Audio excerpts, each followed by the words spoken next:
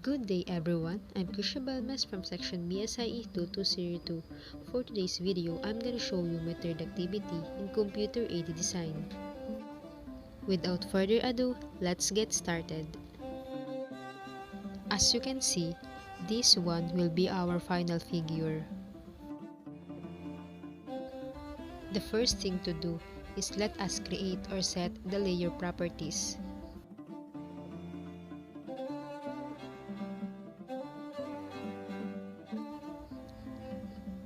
Click this to add a layer. Layer 1 will be color green, just type green, then set the color. And then the line type is hidden. Click load, then choose hidden. Okay.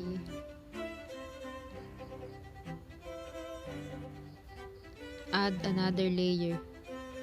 Let's name the color as magenta. Then set the color. The line type would be center 2.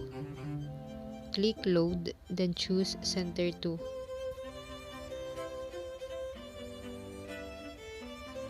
Okay. Again, add another layer. Red will be the color for dimension.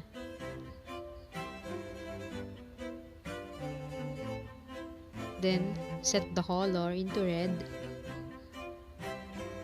And then the line type will be continuous or solid line. Okay. And last, add another layer. Yellow will be the color for guide.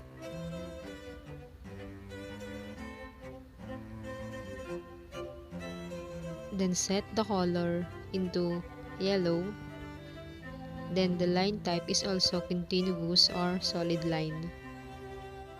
And now we're done in layer properties.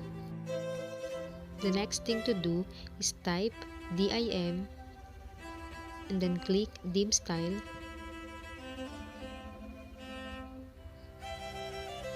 Click modify. Our target will be this one. So you can see the text is color green and the arrow is color red. So let us make it happen. Select line, then set color into red. Another one is put this into red. Then select text, then set the color into green. Then select the primary units. The position would be 0.00. Close. So let's start. First is draw a circle using center diameter, measuring 1.13. Enter. Then add another circle using center diameter, measuring 2.06. Enter. Then another, measuring 2.88. Enter. Now, let us draw a guide. Choose guide yellow in the layer properties. Click line command, then draw a line from the center downward. Click ortho mode since it is a straight line with a measure of 1.5. Enter. Then another line to the right, measuring 2.62. Enter. Escape. Then set the layer properties into normal. Let us create another circle using center diameter, measuring of 0.75. Enter. Then add another circle, measuring 1.88. Enter. Let us use yellow guidelines. Click line from here downward, measuring 0.38, escape.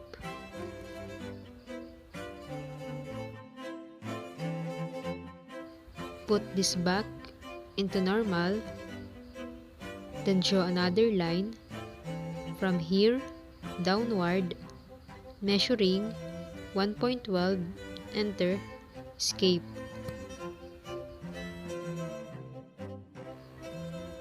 Then we use command offset.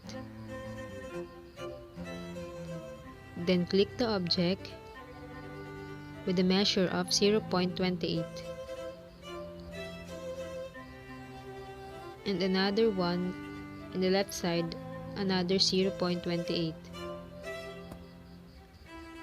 another one measuring 0.19, then on the left side is 0.19 also, escape.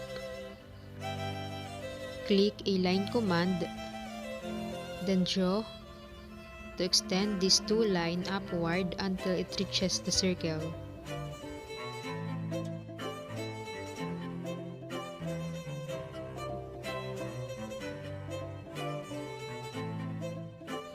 Use trim command to remove the excess line. Next is we need to create a tangent line. Draw a line, then hold shift, right click, select tangent,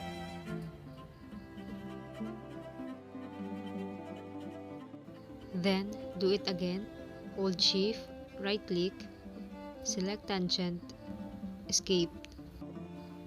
Then set the yellow guide. Click line, then create a line from here to here, measuring 5.26, enter. Put this back in normal.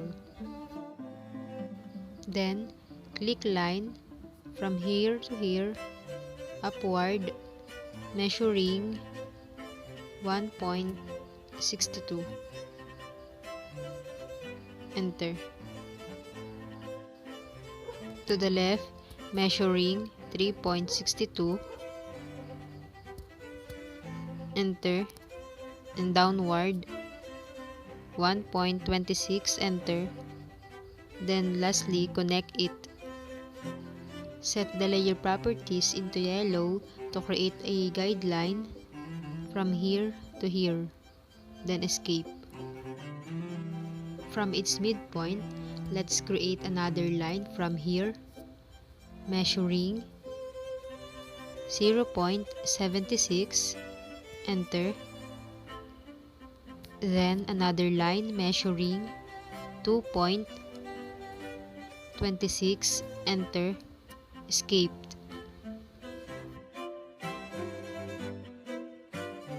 But before creating a circle, put back the layer properties into normal. Now, let's create a circle using center diameter to its midpoint, measuring 0.375, enter. Then another circle from the left side measuring 0.375, enter.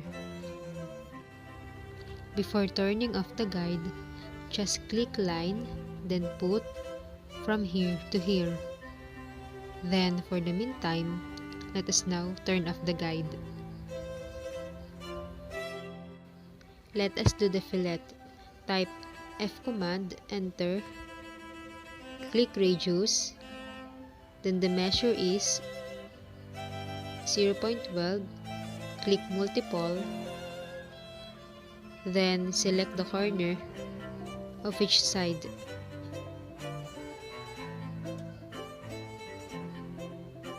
Then escape. So now, turn on the guidelines.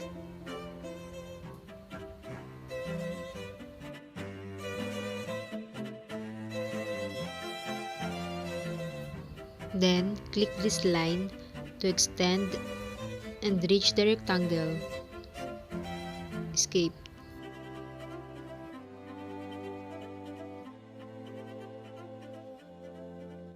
Then draw another line from here to here. Escape.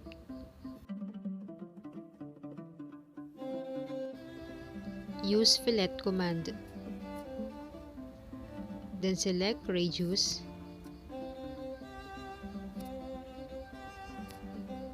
Measuring of 0.94.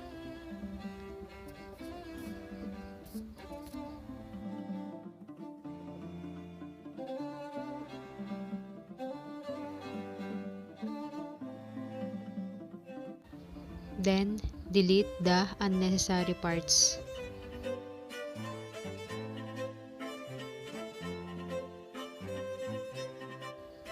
Next is draw a line like this one.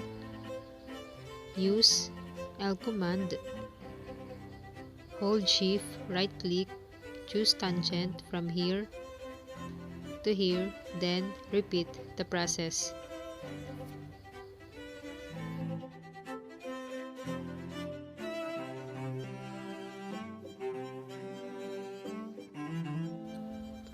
Use trim command to trim or to remove the unnecessary parts that are not needed. Let's create another line from here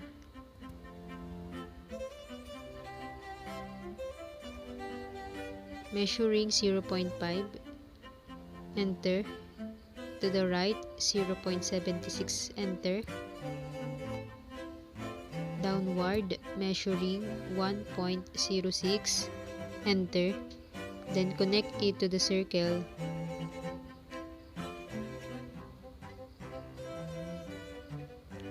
Then use trim command to remove the excess line.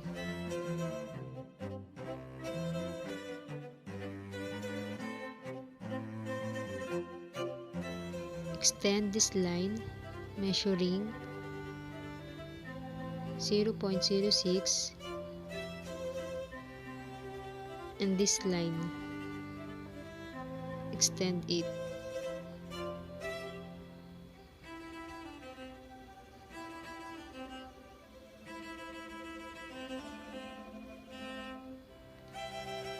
Then use trim command to remove the excess line.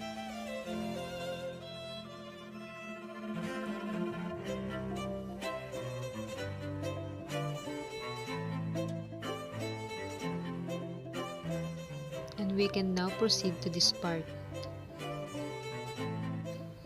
First is remove the ortho mode, click line,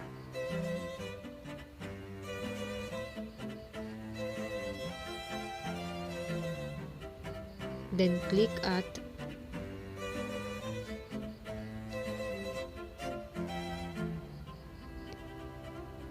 .05 tab 79 escape.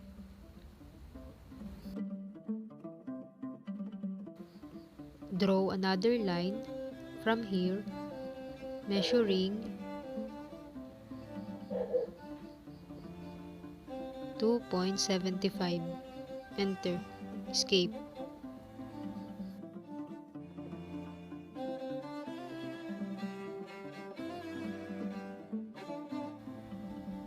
Use offset command and select the object measuring 0.28 and another line to the left measuring 0.28, enter, escape.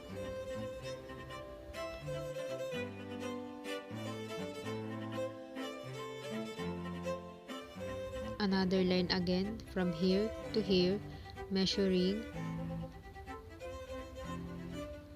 1.76, enter, escape.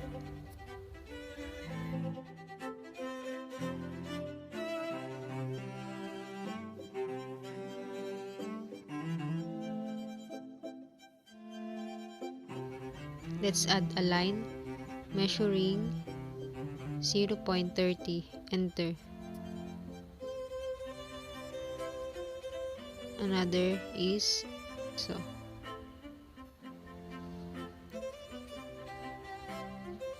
Use fillet command, click radius, then the measurement is 0.12, click multiple, then click the corner,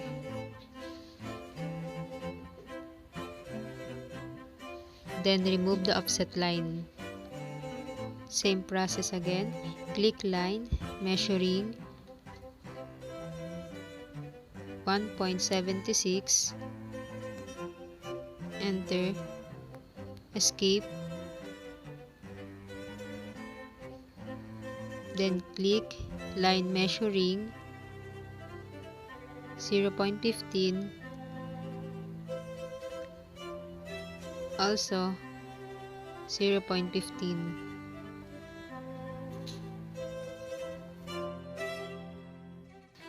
Use fillet command again. Click the radius. The measurement is 0.12. Click multiple and then click the corner. Then remove the offset line.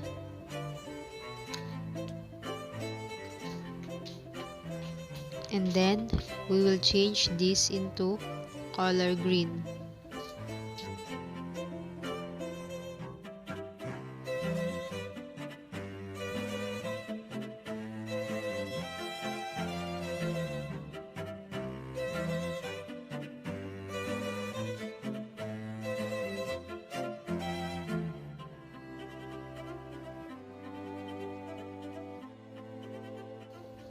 Trim the excess line.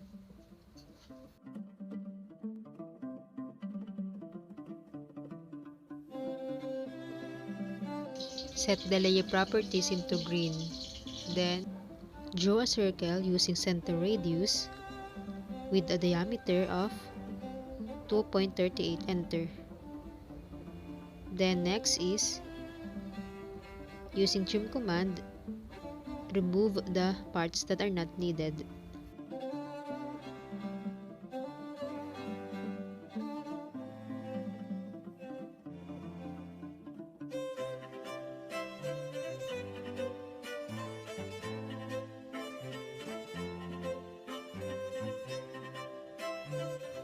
Set the properties into yellow. Then click line. Since it is a straight line, click ortho mode with a measure of 0.15. Enter.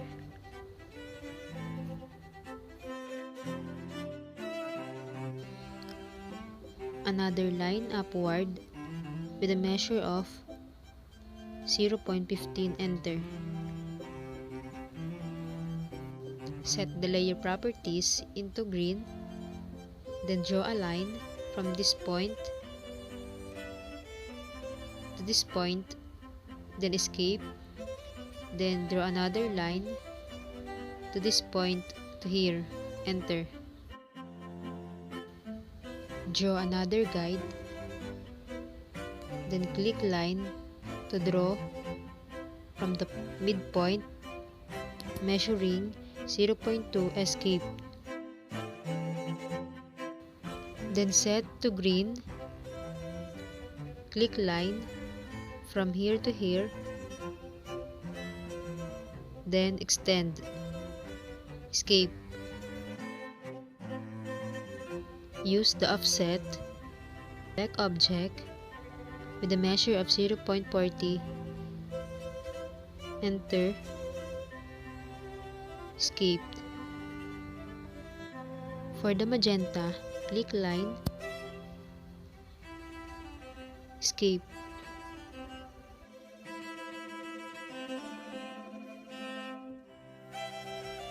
Click line from here to here, measuring 7. Enter.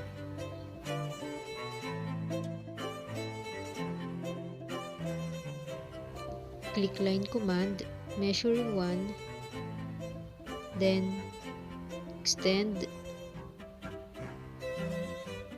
measuring 1. Enter.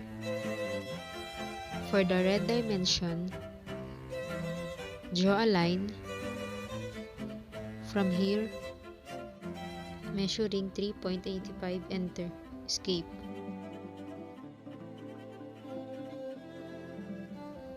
Draw a line again from here to here, going downward, measuring 3.68, enter, escape. And now, let's proceed in dimensioning.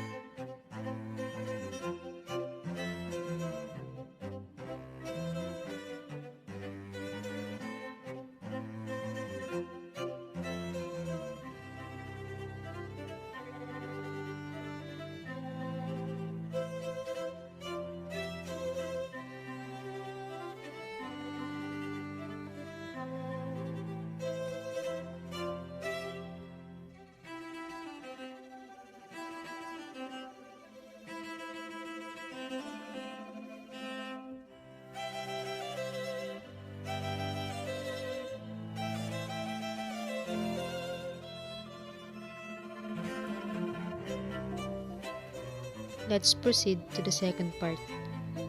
But first, for the meantime, let's turn off the red dimension. For us to continue, let us create 10 horizontal guidelines. Turn on the yellow guidelines. For this one, click line, click ortho mode, measuring, 7.1, enter.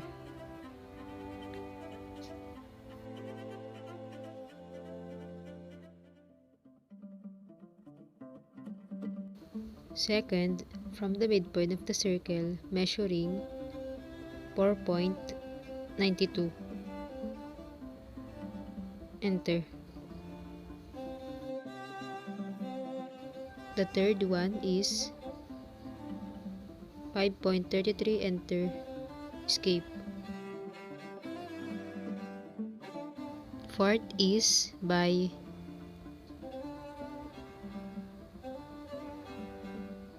10.92. Enter. Escape.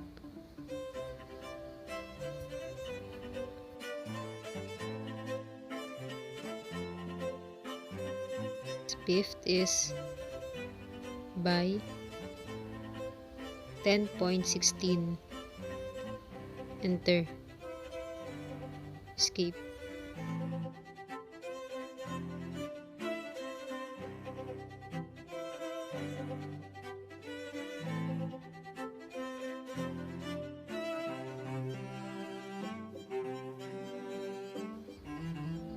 Sixth is by 11.86. Enter. Escape.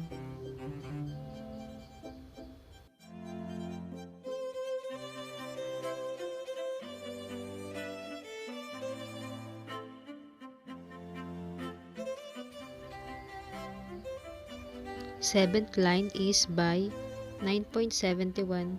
Enter. Then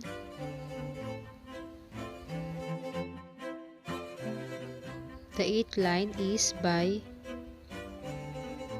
8.02. Enter. Escape.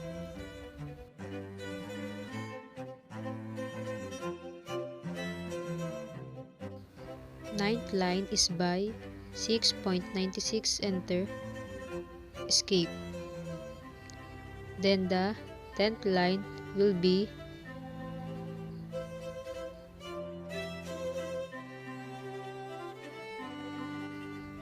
7.49. Enter. Escaped.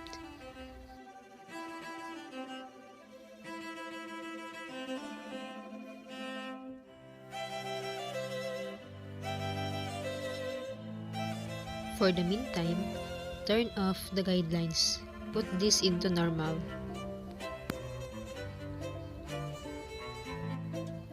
Let us now create a line from this midpoint, measuring 5.1.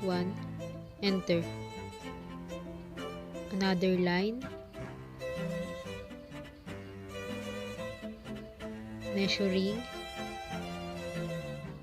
5.06. Enter. Escaped.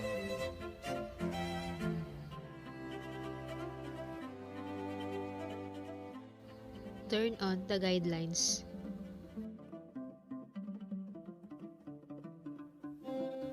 Next is create a line from this point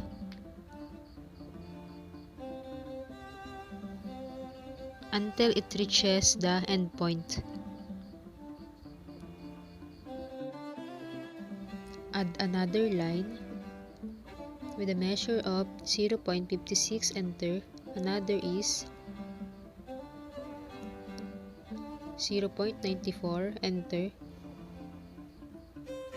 And 0.38. Enter.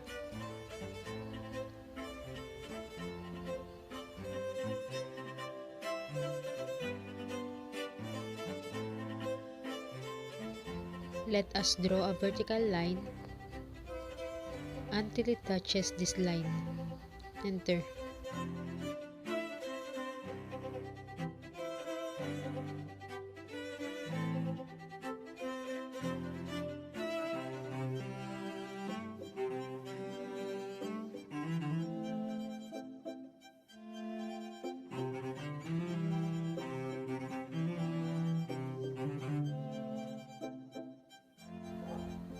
Let us create a circle using center diameter in this intersection with its diameter of 0.375.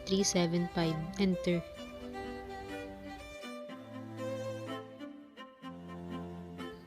From the center of the circle, draw a line measuring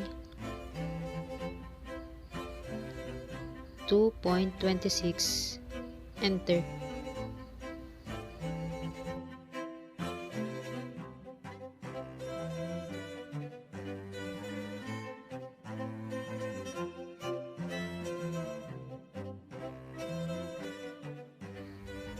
Let us connect this endpoint to the first guideline that we made, escaped.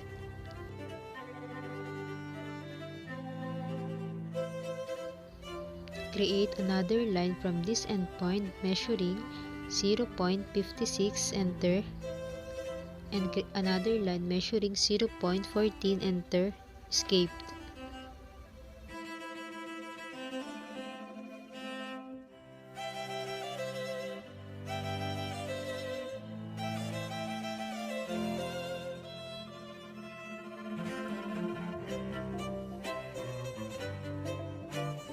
Let's create another vertical line from each endpoint measuring 1.29, enter.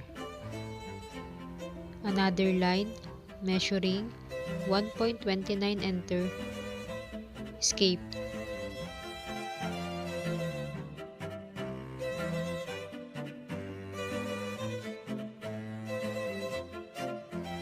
Using a line, let's connect this until it touches another line. Enter, escape.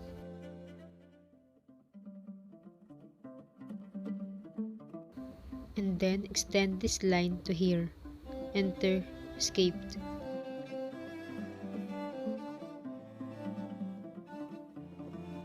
Put the layer properties into yellow guidelines to create another guidelines. Let's create a guideline from here upward, measuring up 0.265, enter, escaped. Turn this into normal and create a horizontal line to the left measuring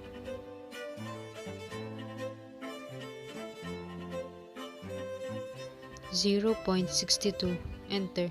Connect it to this line, escaped.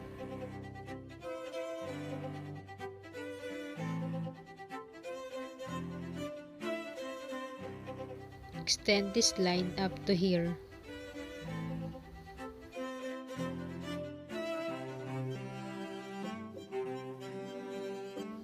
Create a line from here going downward.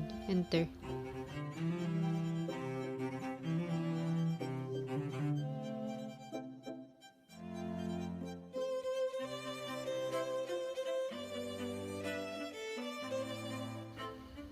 For us to fillet this part, let us create a series of lines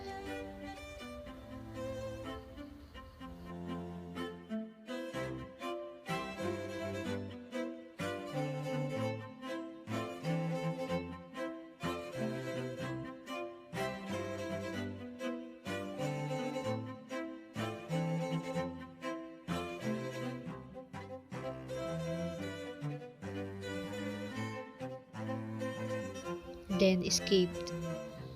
Now proceed to fillet command. Type F enter.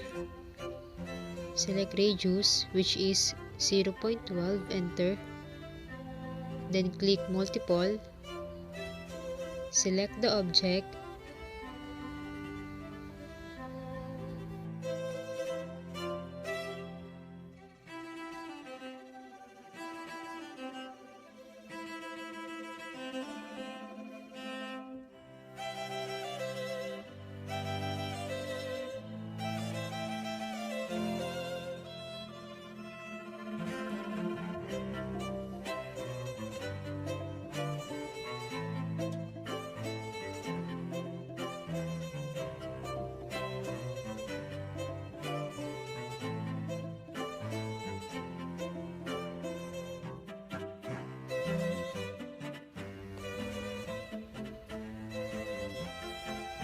Then trim the excess line.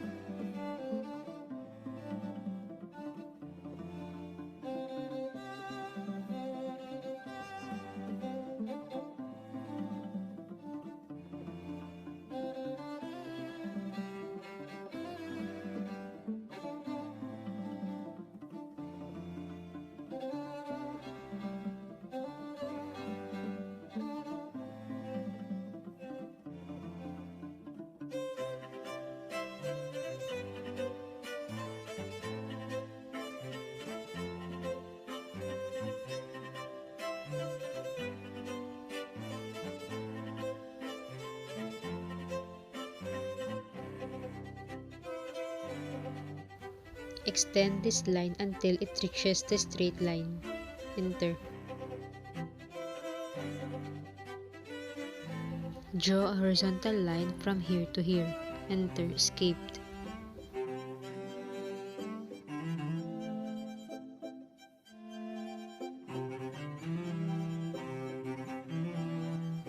Set the layer properties into yellow guideline.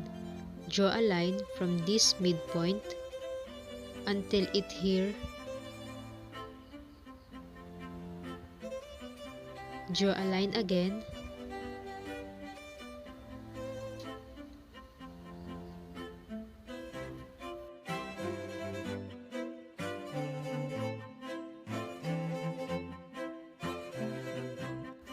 Put into normal. Then, simply turn off the ortho mode. Draw a line from this midpoint until it reaches the endpoint. Enter. Escaped.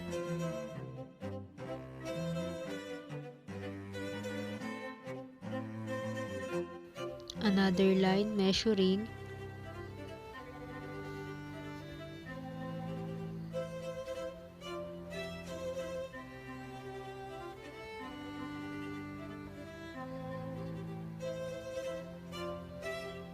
shift at 2.1237 tab 308. Escape. Click ortho mode, then create a horizontal line measuring 0.94. Enter.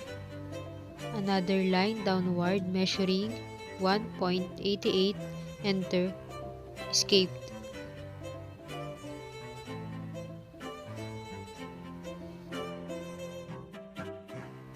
Set into yellow guidelines.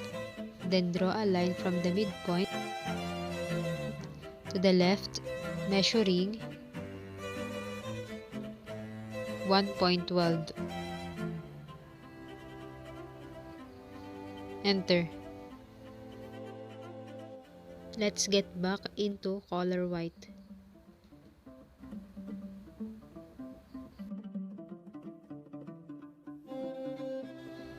Next is we need to create a circle from each midpoint measuring 0.375 and another circle whose diameter is 1.12. Enter. Escaped. To check the accuracy of this activity, let us create a guideline.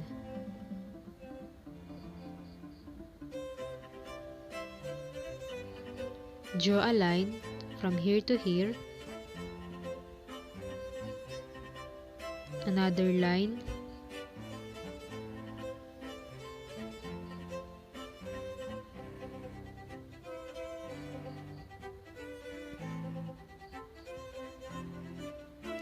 from this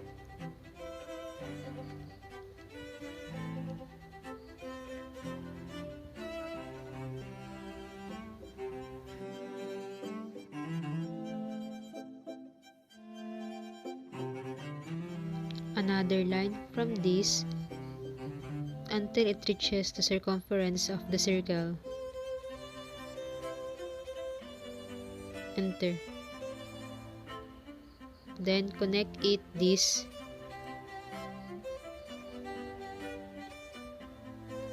to this midpoint.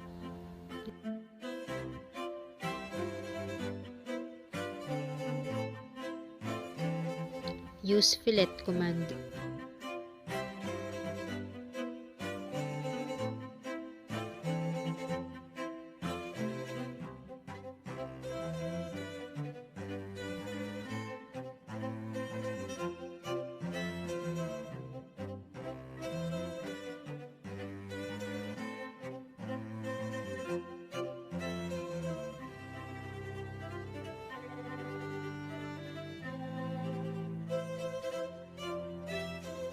Just extend this line up to this line, escaped.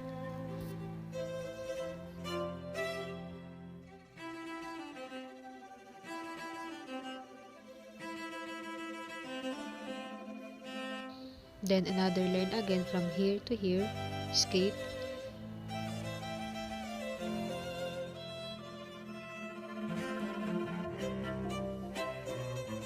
Another line again.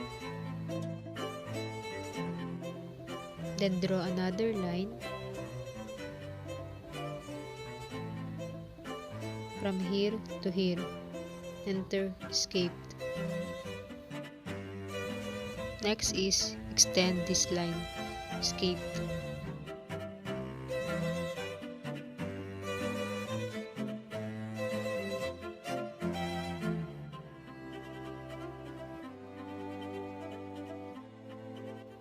Create a circle from this intersection, measuring 0.375, enter, escaped.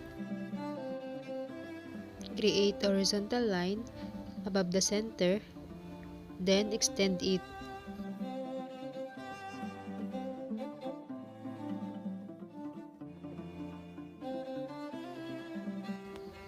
Then create another line from here to here, enter.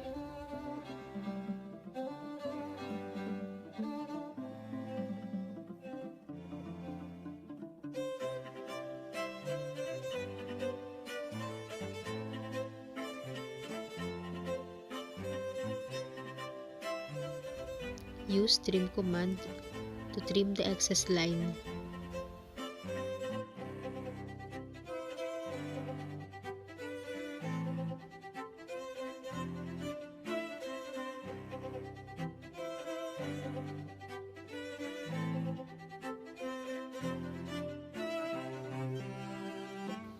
Use fillet command to create semicircle. Another fillet command to this corner, then escaped.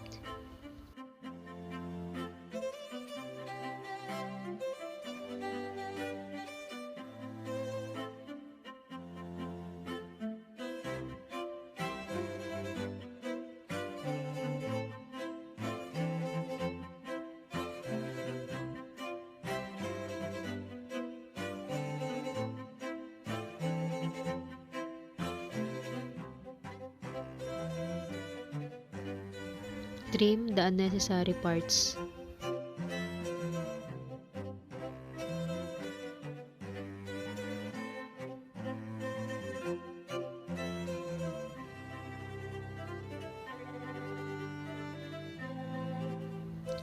We need to create another guideline. Click line from this part. Draw a line downward, measuring 0.94, enter, and to the left, measuring 4.7,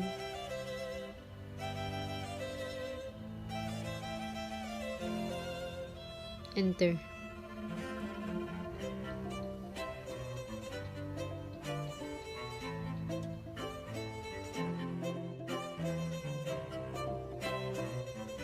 Put into normal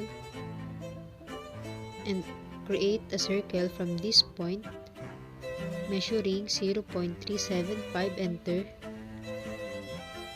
Add another circle Measuring 1.12, enter. Escape.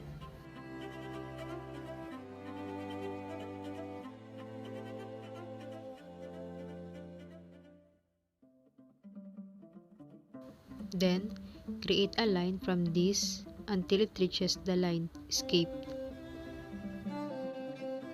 Create another guide. Look for its midpoint.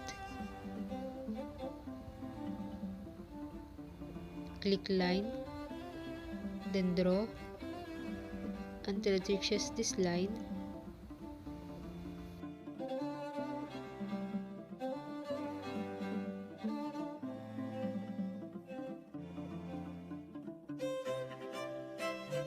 Another guideline.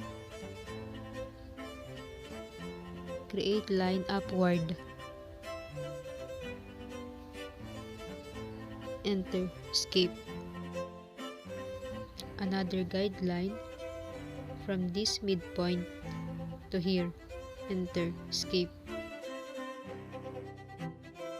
Put back this into color white. And then create a line from this measuring 0.80. Enter. Then connect it here. Enter. Escape. Now, for this part, use arc, start, and reduce.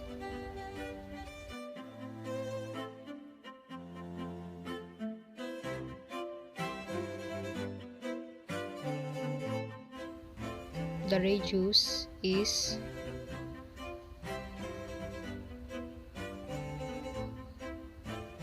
1.76, enter. Another arc will be used, and the radius is 1.5. Enter. Lastly, create a line from here to here. Enter. Use trim command to trim the excess line. Let us move in magenta line.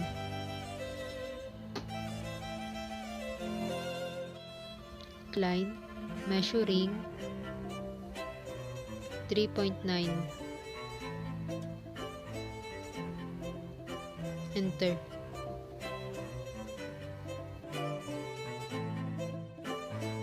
Set the properties in yellow guide.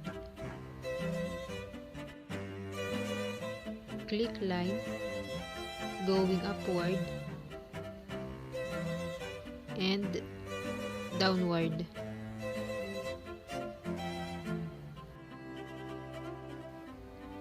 From its midpoint, put into green line and extend.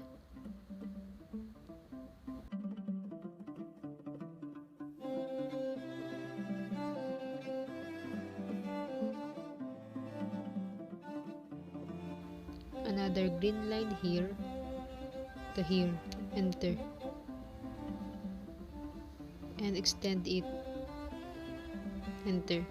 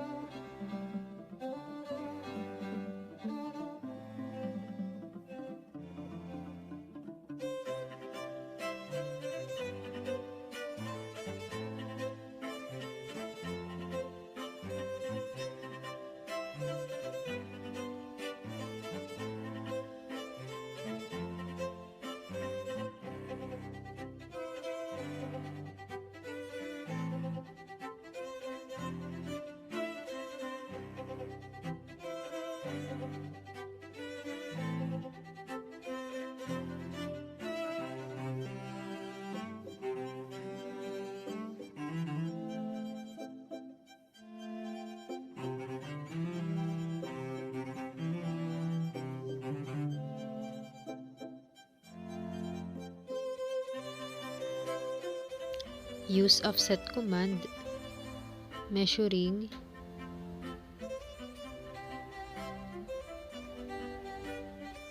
1.12.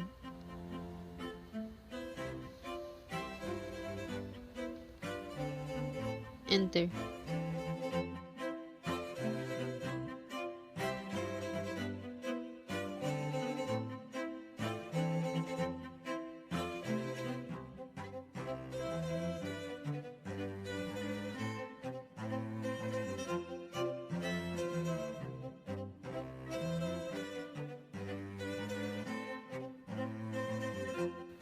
Use offset again, measuring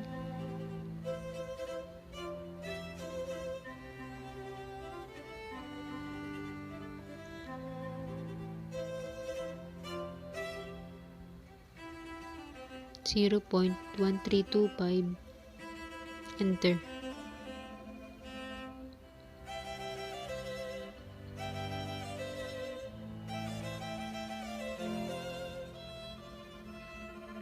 Then click it again, measuring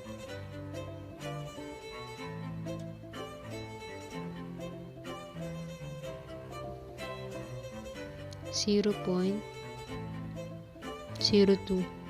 Then click it again, measuring 0.1325. Enter. Let us now proceed in dimensioning. Set the layer properties into red.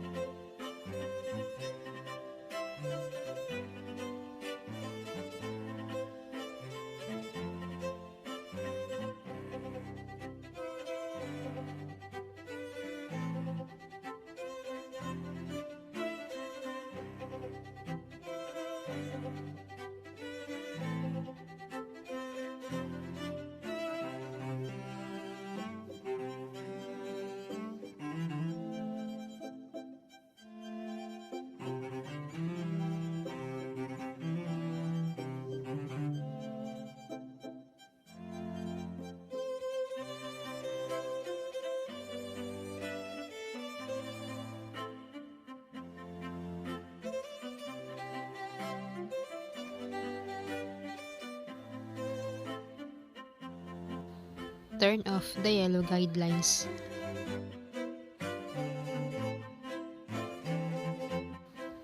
And now, we're done in our activity 3.